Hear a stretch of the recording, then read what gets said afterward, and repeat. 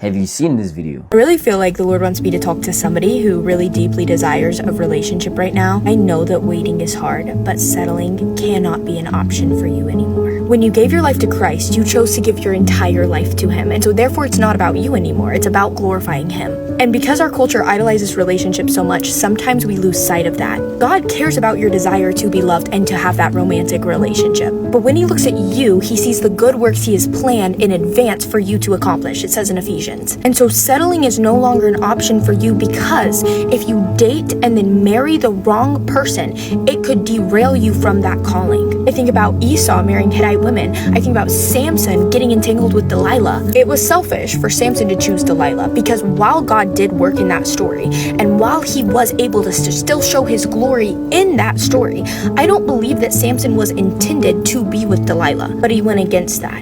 And we don't get to see what God intended to do with Samson's life because he got entangled with the wrong person. Relationships are more than just romance. It is a life partner that you are partnering with to glorify God in the best way possible. And so even your relationships are for the glory of God. So when God says no, listen, because God knows your calling and God knows their calling. He knows what He has planned for you and He knows what He has planned for them. And sometimes I think we kind of act like the Israelites did in the Old Testament whenever God keeps saying no, no, no, no, no, and we keep complaining, and He goes, okay, I will give you a way to the desires of your heart. One of my mentors encouraged me to pray the prayer, God, please don't let me give in to the desires of my own heart. And so the waiting is hard, but I care too much about my future children to settle for a man who kind of goes to church, who kind of loves Jesus, who kind of knows how to talk about God. I care too much about the people who will be affected by me and my husband's future ministry to settle for a man who kind of knows how to pursue me. The standard is raised because I can glorify God whenever I'm single. I also believe relationships are for enjoyment, and if He is the great romancer, of course we're going to be romanced with the right person. But what I'm trying to say is perhaps the reason God keeps saying no is not because He does not care about you,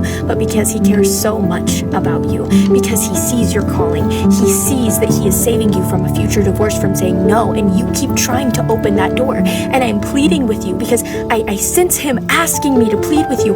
Please do not open a door that He has shut.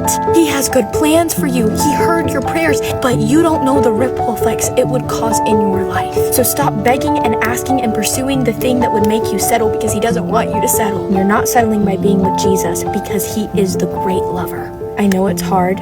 I know it's hard to keep your standards high, but do not settle when it comes to pursuing a man or woman of God. It is worth it. It is out there. And if you believe that God can do miracles, then you should also believe He can do this. I love you. Bye.